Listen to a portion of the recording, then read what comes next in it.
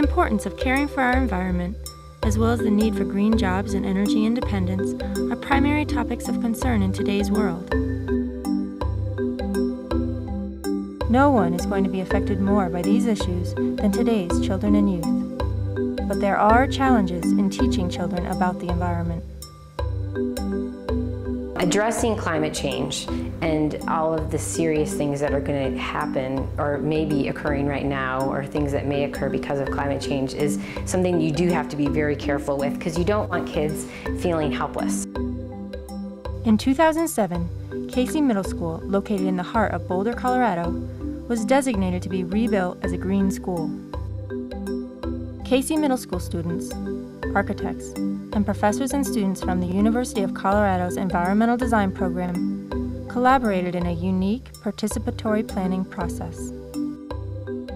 So an important part, I think, for 12-year-olds, for middle school students and adults, I think this is important for everybody, is having something. You have to counterbalance the hard facts and being able to analyze the details, which do bring up some very alarming things, with action plans that you can do. So I've been teaching environmental education for 10 years, and a lot of it is surrounded around nature education, so reconnecting children to the natural world, which is so important. I think one of the things that's missing from environmental education is education for the environment. So really proactively teaching children aspects of how they can change their lives to become more environmentally responsible human beings, and participate in a community that's environmentally responsible. Rather than completely demolishing the old structure, support was voiced for preserving the historic 1923 facade while incorporating new and sustainable green practices. Involving the Casey students and the CU students helped me immensely. Seeing the kids that are going to be living here for the next years, going through this school, it's fun to involve them in the process and have them feel a part of the design. We did some great surveys. The kids went out into the school and asked their fellow classmates about what they want to have. What kind of a design for a new school will improve the look of the neighborhood? Aesthetically, a lot of windows, west facing, maybe some north facing to let in more light. I hope they keep it. I hope they keep the open space as much as possible. Mm-hmm. As part of this process, a design club was started to solicit input from Casey students. In the design club, students were asked which parts of the school they liked and disliked, and why.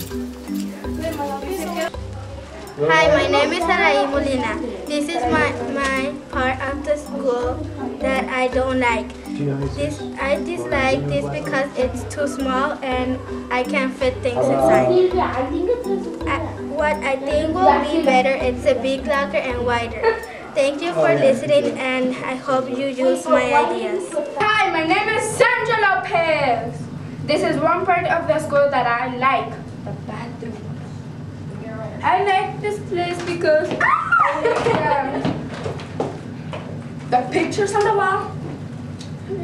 What I think would be better is if you had them bigger and don't have the others now. Yeah, pretty much. Students then collected their ideas and presented them to their class.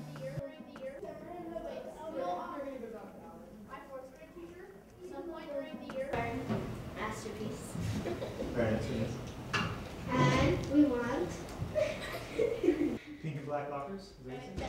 They then built models in order to more effectively visualize what their suggested changes might actually look like.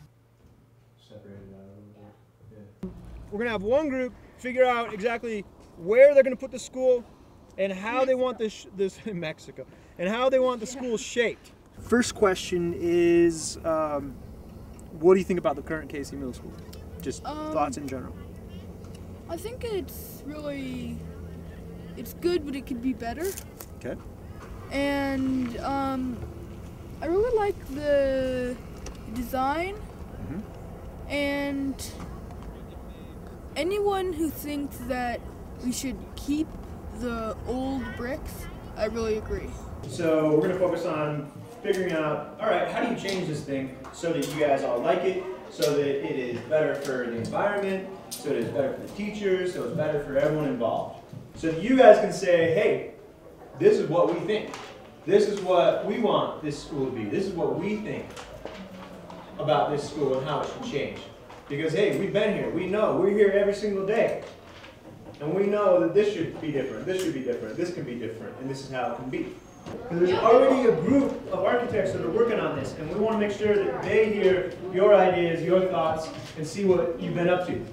The students' ideas were then relayed to the architect for consideration in the school's actual design.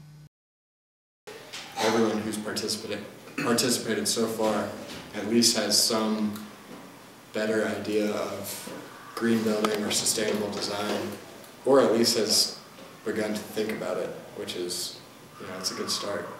Once the final design was set, construction began.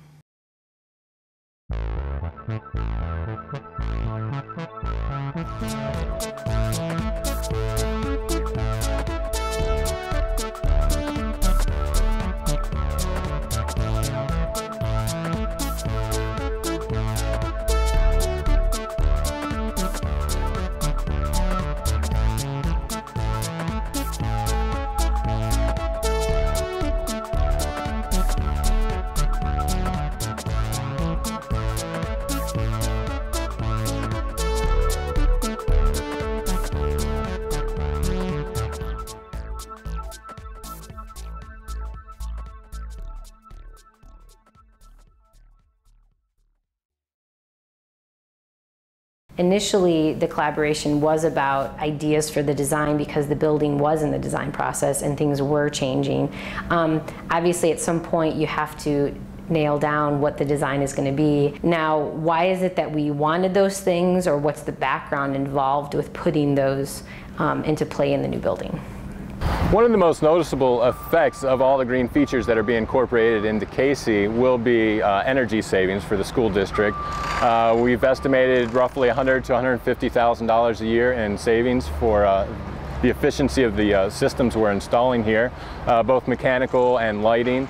That usually equates to 2 or 3 teachers a year that we are paying for with our savings.